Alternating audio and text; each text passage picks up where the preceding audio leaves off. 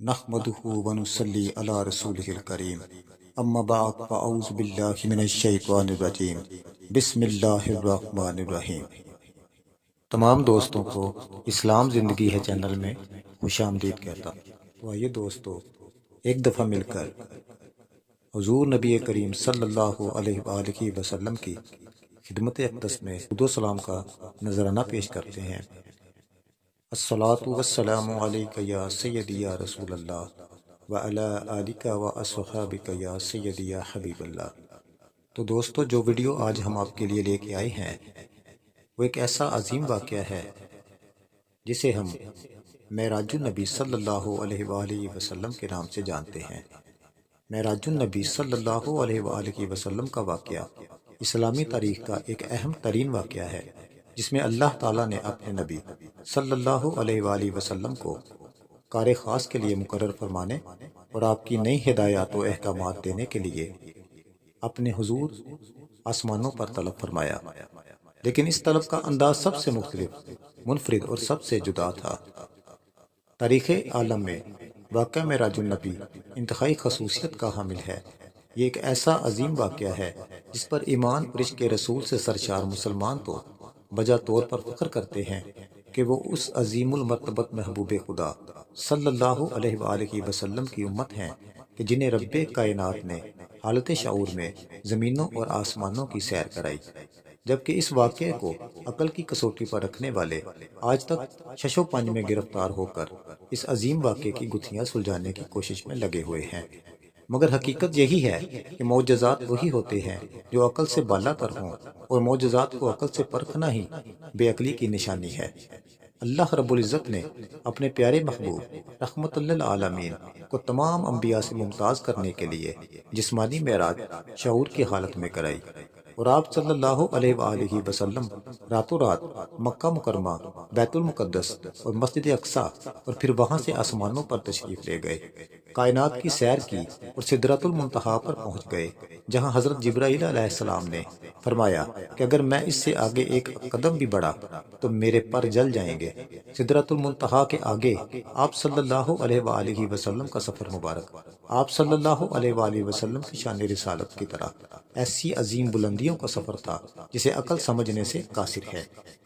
ارشاد ربانی ہے، ہر عیب سے پاک ہے وہ ذات جو اپنے بندہ خاص کو رات کے قلیل وقفے میں مسجد حرام سے مسجد اقصی تک لے گیا، جس کے گرد ہم نے برکتیں رکھی ہیں تاکہ ہم اس بندے کو اپنی نشانیاں دکھائیں۔ بے شک وہی سننے والا اور دیکھنے والا ہے۔ آیت میں سبحان سے واقعہ معراج کا آغاز کیا گیا ہے۔ سبحان کا لفظ ہر عیب اور نقص سے اللہ تعالیٰ کی تقدیس کے لیے ہے۔ اللہ تعالیٰ کے علاوہ کسی اور کو اس سے موصوف نہیں کیا جا سکتا۔ حضرت عبداللہ بن مسعود رضی اللہ تعالی عنہ روایت کرتے ہیں کہ معراج کی شب رسول اللہ صلی اللہ علیہ وآلہ وسلم کو 3 چیزیں دی گئیں۔ نمبر 1 5 وقتہ نماز، نمبر 2 سورہ بقرہ کی آخری آیات، اور نمبر 3 امت میں سے جس نے شرک نہ کیا ہو اس کی بخشش اور مغفرت۔ اللہ تعالیٰ نے معراج کی شب اپنے بندے حضرت محمد صلی اللہ علیہ وآلہ وسلم کو رات میں مسجد حرام سے مسجد اقصی تک سیر کرائی۔ آپ صلی اللہ علیہ وآلہ وسلم نے مسجد اقصی میں انبیاء رسول کو نماز پڑھائی، اور آپ صلی اللہ علیہ وآلہ وسلم کو بہت نشانیاں دکھائی گئیں۔ جس شخص نے یہ کہا کہ صرف آپ صلی اللہ علیہ وآلہ وسلم کی روح کو معراج کرائی گئی تھی اور یہ جسمانی معراج نہیں تھی، یہ صحیح نہیں ہے، کیونکہ اگر ایسا ہوتا تو یہ واقعہ آپ صلی اللہ علیہ وآلہ وسلم کی نبوت پر دلیل نہ ہوتا، اور نہ ہی اس حقیقت کا منکرین انکار کرتے، اور اگر یہ صرف خواب کا واقعہ ہوتا تو مشرکین اس کا انکار نہ کرتے، کیونکہ خواب میں کسی عجیب و غریب چیز کو دیکھنے پر کسی کو حیرت نہیں ہوتی اور نہ ہی کوئی اس کا انکار کرتا۔ اللہ تعالیٰ نے فرمایا اسری بعبدہ، یہ نہیں فرمایا کہ اسری بروح عبدہ۔ نبی کریم صلی اللہ علیہ وآلہ وسلم کا براق پر سوار ہونا بھی اس کا تقاضا کرتا ہے کہ جسمانی معراج تھی، نہ کسی سواری پر سوار ہونا جسم کا تقاضا ہے، نہ کہ روح کا۔ تمام انبیاء علیہ السلام اللہ تعالیٰ کے کامل بندے ہیں، لیکن سیدنا محمد صلی اللہ علیہ وآلہ وسلم اللہ تعالیٰ کے کامل ترین اور محبوب ترین بندے ہیں۔ اس آیت میں فرمایا، سبحان ہے وہ جو اپنے عبد کو رات کے ایک قلیل وقت میں لے گیا۔ ایک سوال یہ ہے کہ رسول کا ذکر کیوں نہیں کیا گیا؟ یوں کیوں نہیں فرمایا سبحان ہے وہ ذات جو اپنے رسول کو لے گیا؟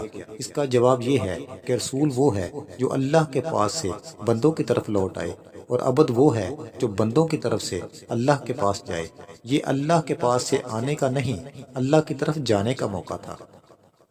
اس لیے یہاں رسول کا ذکر نہیں، عبد کا ذکر مناسب تھا۔ حضرت سیدنا محمد صلی اللہ علیہ وآلہ وسلم کے لیے اللہ تعالیٰ نے فرمایا اللہ آپ کو لے گیا، اور حضرت موسیٰ علیہ السلام کے متعلق فرمایا موسیٰ ہمارے مقرر کیے ہوئے وقت پر آئے۔ حضرت ابراہیم علیہ السلام کے بارے میں فرمایا ابراہیم علیہ السلام نے کہا بے شک میں اپنے رب کی طرف جانے والا ہوں۔ حضرت موسیٰ علیہ السلام اور حضرت ابراہیم از خود گئے، حضرت محمد صلی اللہ علیہ وآلہ وسلم کو اللہ تعالیٰ لے جانے والا تھا اور وہی لانے والا تھا، اور ان دونوں صورتوں میں جو فرق ہے وہ اہل علم پر مخفی نہیں ہے۔ علامہ اقبال فرماتے ہیں سبق ملا ہے یہ معراج مصطفیٰ سے مجھے، سبق ملا ہے یہ معراج مصطفیٰ سے مجھے کہ عالم بشریت کی زد میں ہے گردوں۔ معراج کے وقت حضور نبی اکرم صلی اللہ علیہ وآلہ وسلم کی عمر مبارک 51 سال 8 ماہ اور 20 یوم تھی۔ یہ نبوت کا وہ زمانہ تھا جب حضور نبی اکرم صلی اللہ علیہ وآلہ وسلم اور مسلمانوں پر کفار نے ظلم و ستم کی انتہا کر رکھی تھی، لیکن خدا بند قدوس کا پیغام حق عام کر رہے تھے۔ اس زمانے میں حضور نبی کریم صلی اللہ علیہ وآلہ وسلم کو معراج نصیب ہوئی۔ کفار کے اس ظلم و ستم کی وجہ سے آپ صلی اللہ علیہ وآلہ وسلم بہت پریشان تھے۔ معراج کی شب حضور نبی کریم صلی اللہ علیہ وآلہ وسلم اپنی چچا زاد بہن ام ہانی کے ہاں آرام فرما تھے۔ ام ہانی فرماتی ہیں کہ اس رات حضور اکرم صلی اللہ علیہ وآلہ وسلم میرے ہاں تشریف فرما تھے۔ نماز عشاء کے بعد ہم سب سو گئے، اور جب فجر کا وقت ہوا تو امام الانبیاء صلی اللہ علیہ وآلہ وسلم نے ہم سب کو جگایا، چنانچہ سب نے نماز فجر ادا کی۔ اس کے بعد اللہ کے حبیب صلی اللہ علیہ وآلہ وسلم نے ارشاد فرمایا عشاء کی نماز تو میں نے آپ لوگوں کے ساتھ ادا کی، لیکن اس کے بعد بیت المقدس پہنچا اور وہاں بھی نماز ادا کی، اس کے بعد وہاں سے لوٹا اور تم لوگوں میں شامل ہو کر نماز فجر ابھی ادا کی ہے۔ ام ہانی نے عرض کیا یا رسول اللہ صلی اللہ علیہ وآلہ وسلم کسی سے اس کا ذکر نہیں کیجیے گا، ورنہ لوگ آپ کو نعوذ باللہ جھوٹا کہیں گے۔ رسول مکرم صلی اللہ علیہ وآلہ وسلم نے یہ سن کر ارشاد فرمایا واللہ میں لوگوں سے اس کا تذکرہ ضرور کروں گا۔ جب صبح ہوئی تو اللہ کے نبی صلی اللہ علیہ وآلہ وسلم نے لوگوں کو اس واقعے کی خبر دی۔ قریش نے اس پر تعجب کا اظہار کیا اور اسے ناممکن کہہ کر اسے جھٹلایا بھی اور اس کا مذاق بھی اڑایا۔ کفار یہ سن کر ہنسنے لگے، تمسخر اڑانے لگے، اور تنگ کرنے کا ایک اور بہانہ انہیں مل گیا، اور وہ آپ صلی اللہ علیہ وآلہ وسلم کے پیچھے پیچھے آوازیں کستے اور کہتے وہ دیکھو نعوذ باللہ حضرت محمد صلی اللہ علیہ وآلہ وسلم بہک گئے ہیں۔ نعوذ باللہ کافروں کی ان باتوں کا کچھ اثر بعض کم عقل مسلمانوں پر بھی ہوا، اور کسی نے حضرت ابوبکر صدیق رضی اللہ تعالیٰ عنہ کو بہکانا چاہا کہ دیکھو تمہارا دوست کیا کہہ رہا ہے۔ کیا کوئی بھی عقل سلیم رکھنے والا یہ مان سکتا ہے کہ وہ ایک رات میں اتنے لمبے سفر پر گئے اور واپس بھی آ گئے؟ اس موقع پر حضرت ابوبکر صدیق رضی اللہ تعالی عنہ نے جو جواب دیا وہ قیامت تک آنے والے مسلمانوں کے لیے مشعل راہ ہے۔ آپ رضی اللہ تعالی عنہ نے فرمایا کہ اس میں تو کوئی عجیب بات نہیں ہے، میں تو اس سے بھی عجیب بات مانتا ہوں، کیونکہ حضور نبی اکرم صلی اللہ علیہ وآلہ وسلم ہمیشہ سچ بولتے ہیں، اور اس کے ساتھ ساتھ آپ صلی اللہ علیہ وآلہ وسلم کے پاس آسمانوں سے ہر روز ایک فرشتہ آتا ہے جو خدا تعالیٰ کا پیغام اور وحی بھی لاتا ہے۔ معراج پاک کی تصدیق کرنے پر حضور نبی اکرم صلی اللہ علیہ وآلہ وسلم نے آپ رضی اللہ تعالی عنہ کو صدیق کا لقب عطا فرمایا۔ سبحان اللہ! یہ واقعہ معراج النبی صلی اللہ علیہ وآلہ وسلم کا ایک اجمالی سا تعارف تھا، لیکن یہ بحث صدیوں سے اب تک چلی آ رہی ہے کہ معراج جسمانی تھی یا کہ ایک خواب تھا۔ کیا یہ حضور نبی اکرم صلی اللہ علیہ وآلہ وسلم کا روحانی سفر تھا؟ پختہ ایمان والوں کے لیے اس میں کوئی الجھن نہیں رہی، اور وہ صدیق اکبر کی پیروی کرتے ہوئے واقعہ معراج کو حضور نبی اکرم صلی اللہ علیہ وآلہ وسلم کا شعور کی حالت میں جسمانی سفر مانتے ہیں اور واقعہ معراج النبی کو دین کا حصہ سمجھتے ہیں۔ حضرت ابو بکر صدیق رضی اللہ تعالی عنہ نے اس واقعے کی بلا جھجک تصدیق کر کے بارگاہ رسالت صلی اللہ علیہ وآلہ وسلم سے صدیق کا لقب پایا۔ حضور اکرم صلی اللہ علیہ وآلہ وسلم کی حیات مبارکہ کا ہر لمحہ نوع انسانی کے لیے کامل نمونہ تھا اور ہے۔ آپ صلی اللہ علیہ وآلہ وسلم نبوت سے پہلے بھی امین اور صادق تھے، اور نبوت کے بعد بھی آپ صلی اللہ علیہ وآلہ وسلم نے کبھی جھوٹ نہیں بولا۔ قرآن پاک میں سورہ بنی اسرائیل اور سورہ نجم میں واقعہ معراج کا ذکر کیا گیا ہے۔ سورہ نجم میں ارشاد ہوتا ہے، ان کی آنکھ نہ تو اور طرف مائل ہوئی اور نہ حد سے آگے بڑھی، انہوں نے پروردگار کی قدرت کی کتنی ہی بڑی بڑی نشانیاں دیکھی۔ تمام انبیاء کرام معراج کی شب بیت المقدس میں جمع ہوئے تو آپ صلی اللہ علیہ وآلہ وسلم ہی تمام نبیوں کے امام ہوئے، اور میدان حشر میں آپ صلی اللہ علیہ وآلہ وسلم ہی اللہ تعالیٰ کے حضور سب کی شفاعت فرمائیں گے۔ یہی وہ مقام محمود ہے جو آپ صلی اللہ علیہ وآلہ وسلم کے سوا کسی کو حاصل نہیں، اور جس کا قرآن میں اللہ تعالیٰ نے صرف آپ ہی سے وعدہ فرمایا ہے۔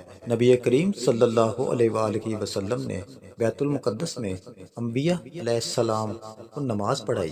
انبیاء کی 7 صفیں تھیں اور 3 صفیں مرسلین کی تھیں، اور فرشتوں نے بھی ان کے ساتھ نماز پڑھی۔ یہ آپ کی خصوصیت ہے، اور اس میں یہ حکمت تھی کہ ظاہر کیا جائے کہ آپ صلی اللہ علیہ وآلہ وسلم تمام انبیاء کے امام ہیں۔ یہ سوال ہوتا ہے کہ ایک خاص وقت میں اتنی طویل اور عظیم سیر کیسے ہو گئی؟ علماء نے یہ نقطہ بیان کیا ہے کہ نبی اکرم صلی اللہ علیہ وآلہ وسلم بمنزلہ روح ہیں، اور یہ کائنات بمنزلہ جسم ہے، اور جب جسم سے روح نکل جائے تو جسم مردہ ہو جاتا ہے، اور جب نبی صلی اللہ علیہ وآلہ وسلم اس کائنات سے نکل گئے تو یہ کائنات مردہ اور ساکن ہو گئی، اور جب آپ صلی اللہ علیہ وآلہ وسلم اس کائنات میں واپس آئے تو یہ کائنات پھر زندہ اور متحرک ہو گئی۔ آسمانوں، زمینوں، سورج اور سیاروں کی گردش جہاں تک پہنچی تھی وہی رک گئی، اور جب آپ صلی اللہ علیہ وآلہ وسلم کائنات میں داخل ہوئے تو وہ گردش وہیں سے پھر شروع ہو گئی، اور آپ صلی اللہ علیہ وآلہ وسلم گھر آئے، اور آپ کا بستر اسی طرح گرم تھا اور زنجیر بھی ہل رہی تھی، وضو کا پانی بھی جاری تھا۔ جن چیزوں کے ساتھ نبی صلی اللہ علیہ وآلہ وسلم کی معراج کا تعلق تھا، انہیں اللہ نے اپنے حال پر متحرک رکھا اور ان کے علاوہ باقی کائنات کو بے جان اور ساکن کر دیا تھا۔ اور جب آپ صلی اللہ علیہ وآلہ وسلم واپس سفر معراج سے تشریف لائے تو پھر ہر چیز وہیں سے حرکت کرنے لگی جہاں سے آپ چھوڑ کر گئے تھے۔ معراج النبی صلی اللہ علیہ وآلہ وسلم تکمیل انسانیت کی علامت ہے، اور اس واقعے سے خداوند کریم نے ثابت کیا ہے کہ خداوند کریم اپنے ایک محبوب صلی اللہ علیہ وآلہ وسلم بندے کو تمام مادی تقاضوں کے باوجود کس قدر بلندیوں پر پہنچا سکتے ہیں، اور کائنات میں بندہ خدا کا مقام کہاں تک ہے۔ آج انسان تسخیر کائنات کی جانب جو قدم بڑھا رہا ہے، تو حضرت محمد رسول اللہ صلی اللہ علیہ وآلہ وسلم اس کام کی ابتدا کرنے والے تھے، اور انتہا کرنے والے بھی۔ اس طرح واقع معراج تسخیر کائنات کے لیے بنی نوع انسان کے لیے خوشخبری بھی ہے۔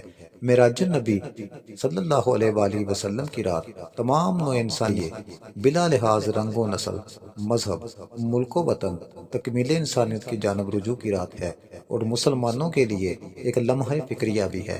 اتنی عظیم امت جن کا رہبر سردار الانبیاء ہے، اور جسے خداوند کریم نے تمام کائنات کی سیر کرائی، اپنی قدرت کے مناظر دکھائے، جنت، دوزخ، سدرۃ المنتہا، آسمانوں اور زمینوں پر حیات بعد الموت کے مناظر دکھائے۔ سبحان اللہ۔ تو دوستو، ویڈیو کے آخر میں آپ سب کے لیے شب معراج کا ایک وظیفہ بیان کر رہا ہوں۔ حضرت ابو ہریرہ رضی اللہ تعالیٰ عنہ سے روایت ہے کہ جس نے ایک دن میں 100 مرتبہ سبحان اللہ و بحمدہ پڑھا تو اس کے گناہ مٹا دیے جائیں گے، خواہ اس کے گناہ سمندر کے جھاگ سے بھی زیادہ ہوں۔ تو امید کرتا ہوں کہ آپ دوستوں کو میری ویڈیو پسند آئی ہوگی، تو آپ سے گزارش ہے کہ میرے چینل کو لائک اور سبسکرائب ضرور کیجیے گا تاکہ آنے والی ویڈیو جو بھی میں آپ کے لیے نئی بناؤں وہ آپ کو ملتی رہے۔ آپ کا بہت بہت شکریہ۔ السلام علیکم ورحمۃ اللہ۔